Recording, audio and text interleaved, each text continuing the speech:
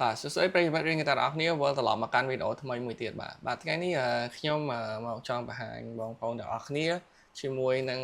អ្វីដែលថ្មីប្លែកបាទអញ្ចឹងវាអត់មានពាក់ព័ន្ធជាមួយនឹងមេរៀនហ្គីតាទៀតទេបាទដោយសារយើងទទួលបានមេរៀនហ្គីតាច្រើនមែនតើបាទសរុបមើលទៅដូចជាជិត1000វីដេអូតាំងពីខ្ញុំចាប់ផ្ដើមធ្វើបាទនេះខូចអស់ channel អស់ page មួយផងបាទនៅជិត1000វីដេអូទៀតបាទអញ្ចឹងថ្ងៃនេះខ្ញុំមកចង់បង្ហាញបងប្អូនជាមួយទម្រង់ថ្មីបាទយើងចេះលេងហ្គីតាចេះអីហើយបងប្អូនអាចចេះលេងអញ្ចឹងពេលខ្លះយើងត្រូវការអីគេធ្វើបទភ្លេងបទអីចឹងទៅបាទអញ្ចឹងនៅក្នុងនេះក្នុងថ្ងៃនេះខ្ញុំមកចង់highlight ត្រួសពាក់ព័ន្ធជាមួយនឹងការធ្វើបទភ្លេងបាទនៅក្នុង studio មានន័យថានៅក្នុង software ធ្វើភ្លេងអញ្ចឹងណាបាទអញ្ចឹងខ្ញុំនៅក្នុងរៀនហ្គីតាយើងបំបែក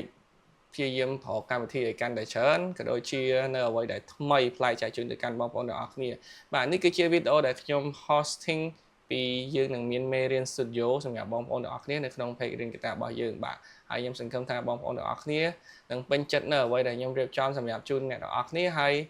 យើងនឹងរៀនជាមួយគ្នាយើងនឹងហាត់ជាមួយគ្នានៅអ្វីដែលយើងអាចធ្វើទៅបានផងដែរបាទអរគុណច្រើនហើយ stay tuned យើងនឹងជួបគ្នាជាមួយនឹងការបង្ហាញក្នុងការ recording ធ្វើភ្លេងបង្កើតភ្លេងថ្មី